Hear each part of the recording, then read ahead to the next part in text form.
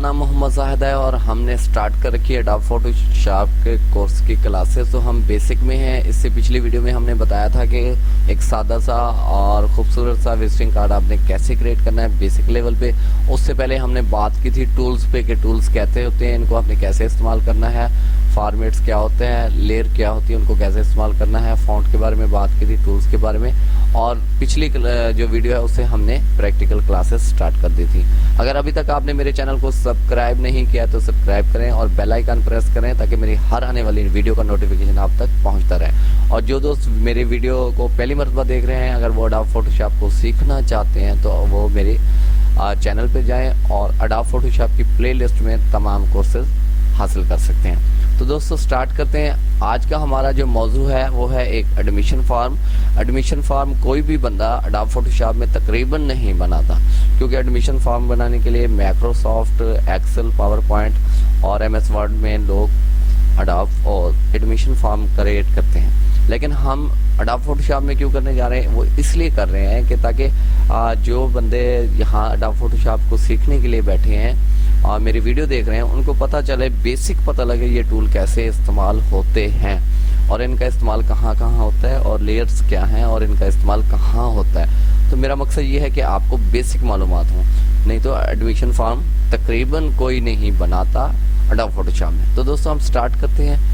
हम फाइल पे जाते हैं और हम एक न्यू फाइल क्रिएट करते हैं और हमारे पास साइज जो है पहले से सिलेक्ट है। CMY के कलर हम प्रिंटिंग के लिए इस्तेमाल करते हैं और RBG कलर हम स्क्रीन के लिए यूज़ करते हैं, यानी कि वेब डिज़ाइनिंग के लिए। और उसके बाद ये रेजोल्यूशन है, जो रेजोल्यूशन है स्क्रीन के लिए हम 72 यूज़ करते हैं और प्रिंटिंग के लिए हम 300 से लेकर 600 तक यूज़ करते हैं।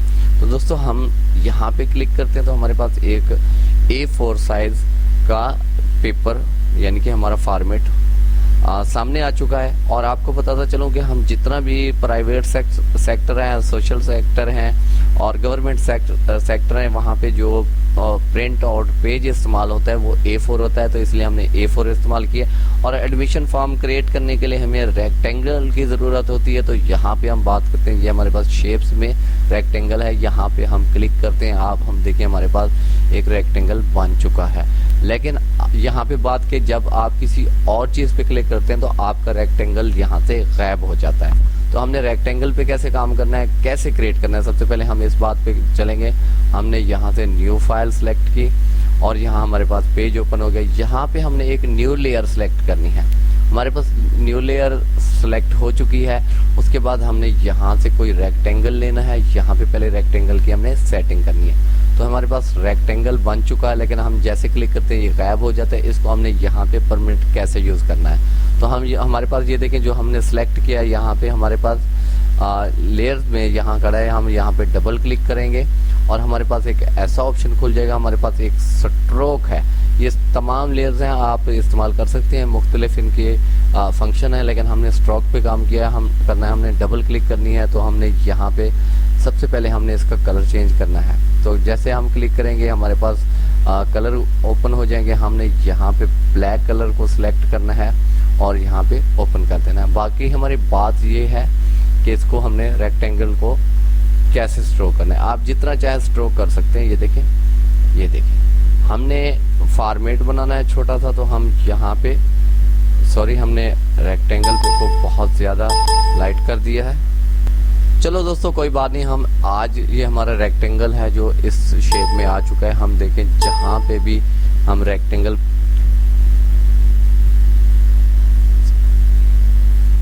जहाँ अपना रेक्टेंगल बनाएंगे इस हिसाब से बनेगा, यहाँ से गायब नहीं होगा। वैसे ये इसका जो है स्ट्रोक बहुत ज़्यादा है, लेकिन हम कहते हैं कोई बात नहीं, रहने दें, हम इसी से काम चला लेंगे आज के दिन।